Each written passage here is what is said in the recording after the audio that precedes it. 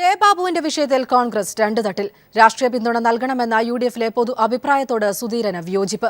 വിജിലൻസിന്റെ കണ്ടെത്തലുകളിൽ ഗൌരവതരമായ ചില കാര്യങ്ങളുണ്ടെന്നും രാഷ്ട്രീയകാര്യ സമിതിക്ക് ശേഷം തീരുമാനമെടുക്കാമെന്നും സുധീരൻ പറഞ്ഞു. അഴിമതിക്കെതിരെ നാട്ടിൽ പൊതുവികാരമെന്ന് വി.ഡി. സതീശൻ പ്രതികരിച്ചു. അതേസമയം കോൺഗ്രസ് ആദ്യം നിലപാടെടുക്കട്ടെയെന്നാണ് ഘടകകക്ഷികളുടെ നിലപാട്. കെ ബാബുവിനെതിരായ വിജിലൻസ് അന്വേഷണത്തെ രാഷ്ട്രീയമായി പ്രതിരോധിക്കുന്നതിനുള്ള വിയോജിപ്പ് യുഡിഎഫ് യോഗത്തിലും സുധീരൻ തുടർന്നു. ഇക്കാര്യത്തിൽ കോൺഗ്രസ് ആദ്യം തീരുമാനമെടുക്കട്ടെ എന്നായിരുന്നു ഘടകകക്ഷികളുടെ നിലപാട്.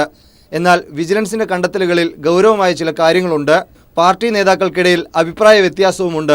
ഈ സാഹചര്യത്തിൽ ഈ മാസം 24-ന് ചേരുന്ന രാഷ്ട്രീയകാര്യ സമിതിക്ക് ശേഷം മാത്രമേ നിലപാട് വ്യക്തമാക്കാനാകൂവെന്ന് സുധീരൻ യോഗത്തിൽ പറഞ്ഞു.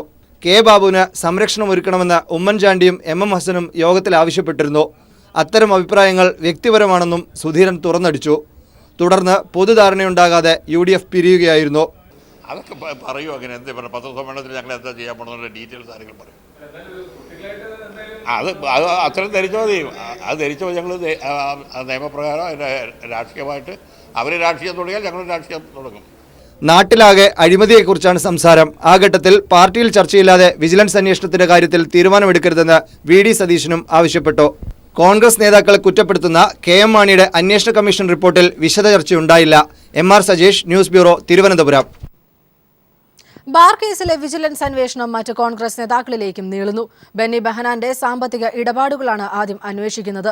ബാർകോഴ ഇടപാടിലൂടെ ലഭിച്ച പണം സോളാർ കേസ് ഒതുക്കി തീർക്കുന്നതിനായി ഉപയോഗിച്ചുവെന്ന പരാതിയുടെ അടിസ്ഥാനത്തിലാണ് നടപടി. കെ.എം. മാണിക്കും കെ ബാബുവിനും പുറകെ മറ്റു കോൺഗ്രസ് നേതാക്കളിലേക്കും ബാർക്കോഴ ഇടപാടിലെ വിജിലൻസ് അന്വേഷണം നീളുകയാണ്. ഉന്നത നേതാക്കൾ അടക്കമുള്ളവർക്ക് ബാർക്കോഴ ഇടപാടിൽ പങ്കുണ്ടോ എന്നാണ് വിജിലൻസ് അന്വേഷിക്കുന്നത്. ഉമ്മൻചാണ്ടിയുടെയും കെ ബാബുവിന്റെയും അടുപ്പക്കാരനായ ബെന്നി ബെഹനാന്റെ സാമ്പത്തിക ഇടപാടുകളാണ് ആദ്യം അന്വേഷിക്കുക. ബാർക്കോഴ ഇടപാടിലൂടെ ലഭിച്ച പണം സോളാർ കേസ് ഒതുക്കി തീർക്കാൻ ഉപയോഗിച്ചതായി വിജിലൻസിന് പരാതി ലഭിച്ചിരുന്നു. ഇതിന്റെ അടിസ്ഥാനത്തിലാണ് അന്വേഷണം. പണമിടപാടിനു പിന്നിൽ ബെന്നി ബെഹനാൻ ആയിരുന്നുവെന്നും വിജിലൻസിന് സൂചന ലഭിച്ചിട്ടുണ്ട്. സമാന പരാതി കഴിഞ്ഞ സർക്കാരിന്റെ കാലത്തു തന്നെ ഉണ്ടായിരുന്നെങ്കിലും അന്ന് അന്വേഷണമൊന്നും നടന്നിരുന്നില്ല. ബെന്നി ബെഹനാന് പുറകെ മറ്റു കോൺഗ്രസ് നേതാക്കളിലേക്കും അന്വേഷണം നീളും. കെ ബാബുവിന്റെ ബിനാമികൾക്ക് മറ്റ് നേതാക്കളുമായി ബന്ധമുണ്ടോ എന്നും അന്വേഷിക്കുന്നുണ്ട്. വിജിലൻസ് ഡയറക്ടർ ജേക്കബ് തോമസിന്റെ നിർദ്ദേശപ്രകാരമാണ് അന്വേഷണം നടക്കുന്നത്. News bureau, Thiruvananthapuram. മുൻ മന്ത്രി കെ ബാബുവിന്റെ അനധികൃത സ്വത്ത് സമ്പാദനം സംബന്ധിച്ച വിജിലൻസ് അന്വേഷണം ഊർജിതമാകുന്നു. ഇതിന്റെ ഭാഗമായി ബാബുവിന്റെ കഴിഞ്ഞ 10 വർഷത്തെ സാമ്പത്തിക ഇടപാടുകൾ അന്വേഷിക്കാൻ വിജിലൻസ് തീരുമാനിച്ചു. ഇതിനിടെ രാഷ്ട്രീയ നേതാക്കളുടെ സ്വത്ത് വിവരങ്ങൾ കൈമാറണമെന്ന വിജിലൻസിന്റെ അപേക്ഷ ആദായ നികുതി വകുപ്പ് തള്ളി. ബാബു മന്ത്രിയായിരുന്ന 5 വർഷക്കാലത്തെ സ്വത്ത് സമ്പാദന വിവരങ്ങൾ സംബന്ധിച്ച അന്വേഷണമായിരുന്നു വിജിലൻസ് ആരംഭിച്ചത്. എം.എൽ.എ. ആയിരുന്ന മുൻ വർഷങ്ങളിലെ ഇടപാടുകൾ കൂടി അന്വേഷണ പരിധിയിൽ ഉൾപ്പെടുത്താനാണ് വിജിലൻസിന്റെ തീരുമാനം. ബാങ്ക് അക്കൗണ്ടുകളുടെയും ലോക്കറുകളുടെയും പരിശോധന വരും ദിവസങ്ങളിലും തുടരും. ഒപ്പം ബിനാമികളുടെ അനധികൃത സ്വത്തുമായി ബാബുവിനെ ബന്ധിപ്പിക്കുന്നതിനാവശ്യമായ തെളിവുകളും വിജിലൻസ് ശേഖരിച്ചു വരികയാണ്. ഇതിനായി ബിനാമി ഇടപാടുകൾ നടന്ന ഇടങ്ങളിലെ CCTV ദൃശ്യങ്ങൾ വിജിലൻസ് പരിശോധിക്കും. മൂത്തമകളുടെയും ഭർത്താവിൻ്റെയും പേരിലുള്ള ബാങ്ക് ലോക്കറുകളിൽ ഇന്ന് പരിശോധന നടത്തി. ഒപ്പം തൊടുപുഴ IOBയിലെയും സിൻഡിക്കേറ്റ് ബാങ്കിലെയും ഇരുവരുടെയും ബാങ്ക് ഇടപാടുകളുടെ രേഖകൾ പരിശോധിച്ചു. DYSP ബിജി ജോർജാണ് പരിശോധനകൾക്ക് നേതൃത്വം നൽകുന്നത്. ഇതിനിടെ പൊതുപ്രവർത്തകരുടെയും ഉദ്യോഗസ്ഥരുടെയും സ്വത്തുവിവരങ്ങൾ കൈമാറണമെന്ന വിജിലൻസിന്റെ ആവശ്യം ആദായനികുതി വകുപ്പ് തള്ളി. വ്യക്തികളുടെ വിവരങ്ങൾ നൽകാനാവില്ല. കേസുകളിൽ ഇവരുടെ വിവരങ്ങൾ ചോദിച്ചാൽ നൽകുന്നതിന് തടസ്സമില്ലെന്നും ആദായനികുതി വകുപ്പ് അറിയിച്ചിട്ടുണ്ട്. ഈ സാഹചര്യത്തിൽ സ്വത്തുവിവരം ആവശ്യമുള്ളവരുടെ പട്ടിക ഉടൻ ആദായനികുതി വകുപ്പിന് കൈമാറാനാണ് വിജിലൻസിന്റെ തീരുമാനം. News bureau, Kochi.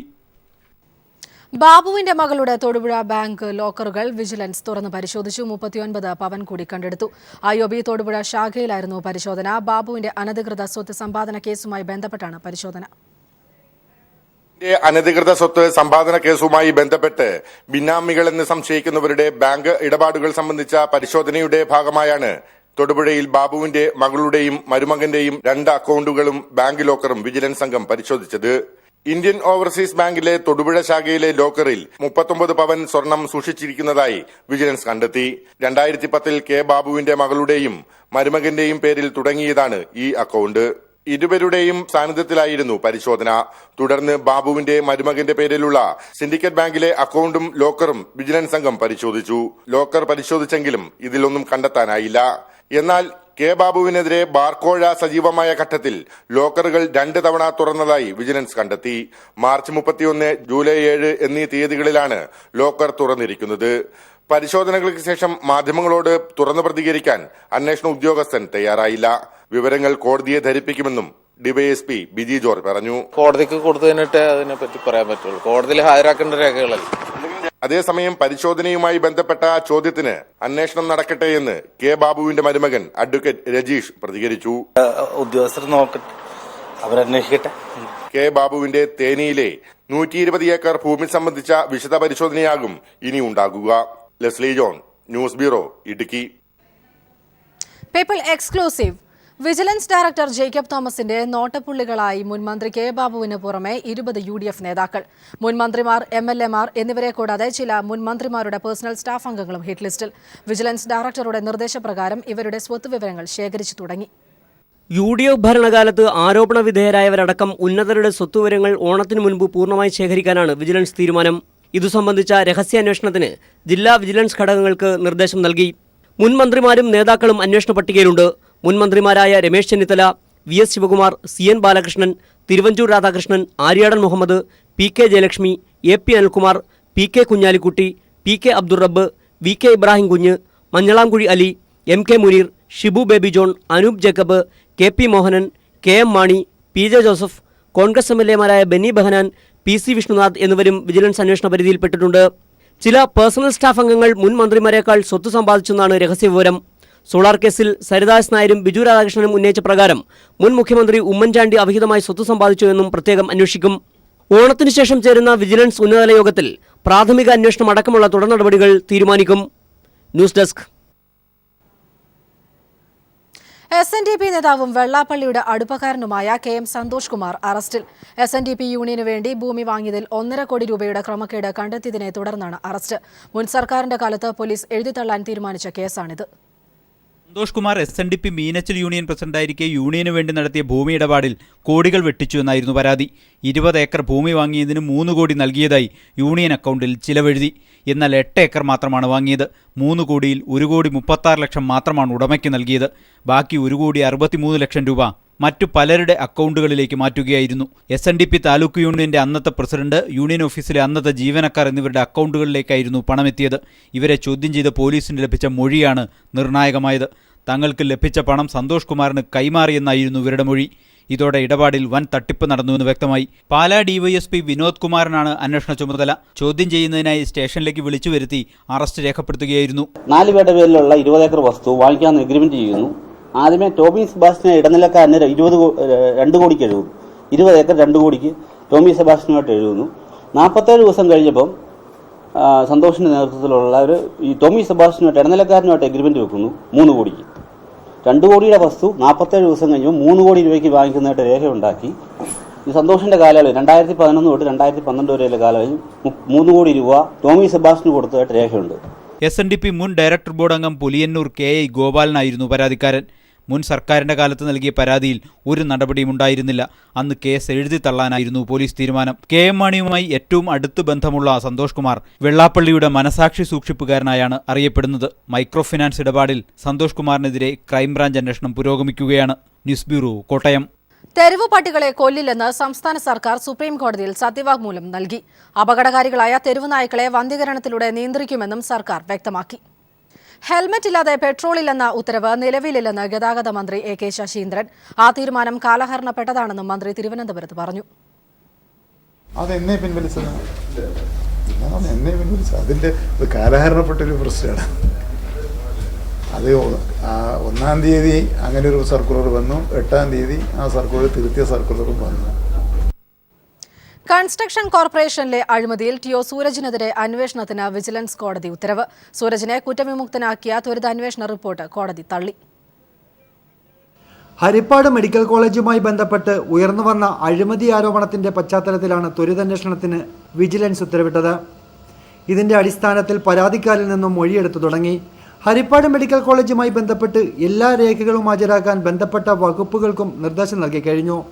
രമേശ് ചെന്നിത്തലയുടെ മണ്ഡലത്തിൽ സ്വകാര്യ പങ്കാളിത്തത്തോടെ ആശുപത്രി പണിയുന്നതിനായാണ് സ്ഥലമെടുപ്പ് നടപടികൾ തുടങ്ങിയത്. ഇതിന്റെ ആദ്യഘട്ടത്തിൽ തന്നെ അഴിമതി നടന്നുവെന്ന് തെളിയിക്കുന്ന തരത്തിലുള്ള വാർത്തകൾ പുറത്തുവന്ന സാഹചര്യത്തിലാണ് അന്വേഷണത്തിന്റെ ഭാഗമായി പരാതിക്കാരിൽ നിന്നും മൊഴിയെടുപ്പ് നടപടികളുമായി വിജിലൻസ് മുൻപോട്ട് നീങ്ങിയത്. ആ റിപ്പോർട്ടൊക്കെ മാറ്റിവെച്ചുകൊണ്ട് 10 മടങ്ങ് വർദ്ധിപ്പിച്ചാണ് ഈ വസ്തുവെല്ലാം ഇപ്പോൾ 47 ആധാരങ്ങളാണ് ഹരിപ്പാട് സബ് രജിസ്ട്രാർ ഓഫീസ് മുഖേന രജിസ്റ്റർ ചെയ്തിരിക്കുന്നത്. ആ 47 ആധാരങ്ങൾ പരിശോധിക്കുമ്പം ഈ തഹസിൽദാർ ആദ്യ റിപ്പോർട്ടിൽ പറഞ്ഞിരിക്കുന്ന വിലയുമായി യാതൊരു ബന്ധവുമില്ല. 25 ഏക്കർ സ്ഥലമാണ് ആദ്യഘട്ടത്തിൽ എടുക്കുന്നത്. ഇതിന്റെ 90% വയലാണ്. ഈ വയൽ നികത്തിയാണ് ആശുപത്രി പണിയാൻ ഹരിപ്പാട് MLAയും പ്രതിപക്ഷ നേതാവുമായ രമേശ് ചെന്നിത്തല ശ്രമിക്കുന്നത്. ഇത്തരത്തിൽ കോടികൾ മുടക്കി സർക്കാർ പണിയുന്ന ആശുപത്രി സ്വകാര്യ വ്യക്തികൾക്ക് വേണ്ടിയാണ് എന്ന ആക്ഷേപവും നേരത്തെ മുതൽ തന്നെ ഉയർന്നിരുന്നു. Shajahan, news bureau, Alappuzha. Construction കോർപ്പറേഷനിലെ അഴിമതിയിൽ TO സൂരജിനെതിരെ അന്വേഷണത്തിന് വിജിലൻസ് കോടതി ഉത്തരവ്. സൂരജിനെ കുറ്റവിമുക്തനാക്കിയ ത്വരിതാന്വേഷണ റിപ്പോർട്ട് കോടതി തള്ളി. കഴിഞ്ഞ UDF സർക്കാരിൻ്റെ കാലത്ത് കൺസ്ട്രക്ഷൻ കോർപ്പറേഷൻ നടത്തിയ നിർമ്മാണ പ്രവർത്തനങ്ങളിലെ ക്രമക്കേട് ചൂണ്ടിക്കാട്ടി കളമശ്ശേരി സ്വദേശി ഗിരീഷ് ബാബു നേരത്തെ കോടതിയിൽ ഹർജി സമർപ്പിച്ചിരുന്നു. കൺസ്ട്രക്ഷൻ കോർപ്പറേഷൻ ചെയർമാനായിരുന്ന TO സൂരജ് അടക്കമുള്ള ഉദ്യോഗസ്ഥരുടെ താൽപ്പര്യപ്രകാരം മാനദണ്ഡങ്ങൾ ലംഘിച്ച് ഇഷ്ടക്കാർക്ക് നിർമ്മാണ കരാർ നൽകിയെന്ന് ഹർജിയിൽ പറയുന്നു. നേരത്തെ നിശ്ചയിച്ചിരുന്നതിനേക്കാൾ 30% കരാർ തുക വർദ്ധിപ്പിച്ച് നൽകുക വഴി ഖജനാവിന് കോടികളുടെ സാമ്പത്തിക ബാധ്യത വരുത്തിയതായും ഹർജിയിൽ ചൂണ്ടിക്കാട്ടിയിരുന്നു. ചെയർമാനായിരുന്ന TO സൂരജ് ഉൾപ്പെടെയുള്ളവർക്കെതിരെ അന്വേഷണം നടത്തണമെന്നായിരുന്നു നേരത്തെയുള്ള ഹർജിയിലെ ആവശ്യം. ഹർജിയിൽ കോടതി അന്വേഷണത്തിന് ഉത്തരവിട്ടതിനെ തുടർന്ന് വിജിലൻസ് DYSP ത്വരിത പരിശോധന നടത്തി റിപ്പോർട്ട് കോടതിയിൽ സമർപ്പിച്ചിരുന്നു. എന്നാൽ ഹർജിയിൽ പറയുന്ന നിർമ്മാണ പ്രവൃത്തികളിലെ ക്രമക്കേടിനെക്കുറിച്ച് ശരിയായ അന്വേഷണം നടത്തിയില്ലെന്ന് കോടതി കണ്ടെത്തി. DYSPയുടെ ത്വരിത പരിശോധനാ റിപ്പോർട്ട് തൃപ്തികരമല്ലെന്ന് കണ്ടെത്തി തള്ളിയ കോടതി നവംബർ 30-നകം അന്വേഷണ റിപ്പോർട്ട് സമർപ്പിക്കാനും ഉത്തരവിട്ടു. News bureau, Kochi. ഇടുക്കി പൂപ്പാറ കുരിശുമലയിൽ വൻ ലഹരി മരുന്ന് വേട്ട. 1000 കഞ്ചാവ് ചെടികൾ നട്ടുവളർത്തിയ തോട്ടവും കോടയും പിടികൂടിയ സംഭവത്തിൽ സ്ഥലമുടമ ബിജു പിടിയിലായി. ഇതിന്റെ കൂടുതൽ വിവരങ്ങളുമായി ലെസ്ലി ജോൺ ചേരുന്നു. ലെസ്ലി, എന്തൊക്കെയാണ് മറ്റു വിവരങ്ങൾ? മറിയ, ഉടുമ്പൻചോല എക്സൈസ് സംഘമാണ് ഇപ്പോൾ കഞ്ചാവ് തോട്ടം കണ്ടെത്തി നശിപ്പിച്ചിരിക്കുന്നത്. ഓണത്തിന് മുന്നോടിയായി മലയോര മേഖലയിൽ വ്യാപകമായ വ്യാജവാറ്റ് നടക്കുന്നുണ്ടെന്ന രഹസ്യ വിവരം ലഭിച്ചതിന്റെ അടിസ്ഥാനത്തിൽ ഇത്തരത്തിൽ വ്യാജവാറ്റ് കണ്ടെത്തുന്നതിന് വേണ്ടിയായിരുന്നു തമിഴ്നാട് കേരള അതിർത്തിയോട് ചേർന്ന പ്രദേശത്ത് പൂപ്പാറയ്ക്ക് സമീപം മഞ്ഞക്കുഴി കുരിശുമല ഭാഗത്തേക്ക് എക്സൈസ് സംഘം ഇന്ന് പരിശോധനകൾക്കായി തിരിഞ്ഞത്. ഈ ഘട്ടത്തിലാണ് തമിഴ്നാടിനോട് ചേർന്നുള്ള കേരളത്തിന്റെ പ്രദേശത്ത് ഇത്തരത്തിൽ ഒരു കഞ്ചാവ് തോട്ടം കണ്ടെത്താൻ കഴിഞ്ഞത്. 1000 കഞ്ചാവ് ചെടികളാണ് ഇവിടെ നിന്നും പോലീസ് നട്ടുവളർത്തിയതാണ് ഈ എക്സൈസ് സംഘം കണ്ടെത്തിയത്. ഒപ്പം തന്നെ വ്യാജചാരായം ഉണ്ടാക്കുന്നതിനുള്ള 200 ലിറ്റർ കോടയും ഇവിടെ നിന്ന് പിടിക്കപ്പെട്ടിട്ടുണ്ട്. ഉടുമ്പൻചോല എക്സൈസ് ഇൻസ്പെക്ടർ Y പ്രസാദിന്റെ നേതൃത്വത്തിലുള്ള സംഘമാണ് ഇത് കണ്ടെത്തിയത്. ഇതിൽ 37-കാരനായ ബിജുവിനെ ഇവർ കസ്റ്റഡിയിൽ എടുക്കുകയും ചെയ്തിട്ടുണ്ട്. പറയാം. ലെസ്ലി ജോൺ ആണ് വിവരങ്ങൾ നൽകിയത്. ഓണം വിശേഷങ്ങൾ. ഓണത്തിന് വിഷരഹിത പച്ചക്കറി എന്ന ലക്ഷ്യവുമായി ഇടപ്പള്ളി സർവീസ് സഹകരണ ബാങ്ക് സംഘടിപ്പിക്കുന്ന ജൈവോത്സവത്തിന് കൊച്ചിയിൽ തുടക്കം. ബാങ്കിന്റെ നേതൃത്വത്തിൽ ഒരുക്കിയ ഉത്രാടം വരെ നീളുന്ന ജൈവ പച്ചക്കറി വിപണനമേള CPIM എറണാകുളം ജില്ലാ സെക്രട്ടറി P. രാജീവ് ഉദ്ഘാടനം ചെയ്തു. നടിയും സംഗീത നാടക അക്കാദമി ചെയർപേഴ്സണുമായ KPSC ലളിത ആദ്യ വിൽപ്പന നിർവഹിച്ചു. കായ, ചേന, പയർ, മത്തങ്ങ, ഏത്തപ്പഴം, ഞാലിപ്പൂവൻ തുടങ്ങി വിഭവസമൃദ്ധമായ ഓണസദ്യ ഒരുക്കാൻ വേണ്ട മുഴുവൻ പച്ചക്കറികളും ഇടപ്പള്ളി സർവീസ് സഹകരണ ബാങ്കിന് മുൻവശം വിൽപ്പനയ്ക്ക് സജ്ജമാക്കിയിട്ടുണ്ട്. കാഞ്ഞൂർ, മഞ്ഞപ്ര, പള്ളിയാക്കൽ തുടങ്ങി എറണാകുളം ഭാഗങ്ങളിൽ CPIMന്റെ നേതൃത്വത്തിൽ ഇടപ്പള്ളി ബാങ്ക് നേരിട്ടായിരുന്നു ജൈവ പച്ചക്കറി കൃഷി ചെയ്തത്. ഓണത്തോടനുബന്ധിച്ച് ഉത്രാടം വരെ നീളുന്ന ജൈവ പച്ചക്കറി വിപണനമേള CPIM എറണാകുളം ജില്ലാ സെക്രട്ടറി P. രാജീവ് ഉദ്ഘാടനം ചെയ്തു. ചെറിയ ഗ്രൂപ്പുകൾ രൂപീകരിച്ചുകൊണ്ട് മട്ടുപ്പാവിലായാലും ഉള്ള സ്ഥലത്തായാലും പച്ചക്കറി കൃഷി പ്രോത്സാഹിപ്പിക്കാൻ നമുക്ക് കഴിയേണ്ടതുണ്ട്. അതിനാവശ്യമായ തുടർ നടപടികളായിരിക്കണം ഈ സന്ദർഭത്തിൽ നാം ഏറ്റെടുക്കേണ്ട ഒരു ദൗത്യം. നടി KPSC ലളിത ആദ്യ വിൽപ്പന നിർവഹിച്ചു. വീട്ടിൽ പൈസ കൊണ്ട് തരികയും നമ്മൾ കടയിൽ വന്ന് പച്ചക്കറി വാങ്ങിക്കുകയുമാണ് ഈ ഗവൺമെന്റ് നമ്മളോട് ചെയ്തിരിക്കുന്നത് ഏറ്റവും വലിയ സന്തോഷകരമായ വേറൊരു കാര്യം. ഉപഭോക്താക്കൾക്ക് മിതമായ നിരക്കിൽ വിഷരഹിത ജൈവ പച്ചക്കറി ആവശ്യാനുസരണം വാങ്ങാമെന്നതാണ് ജൈവോത്സവത്തിന്റെ പ്രത്യേകത. News bureau, Kochi.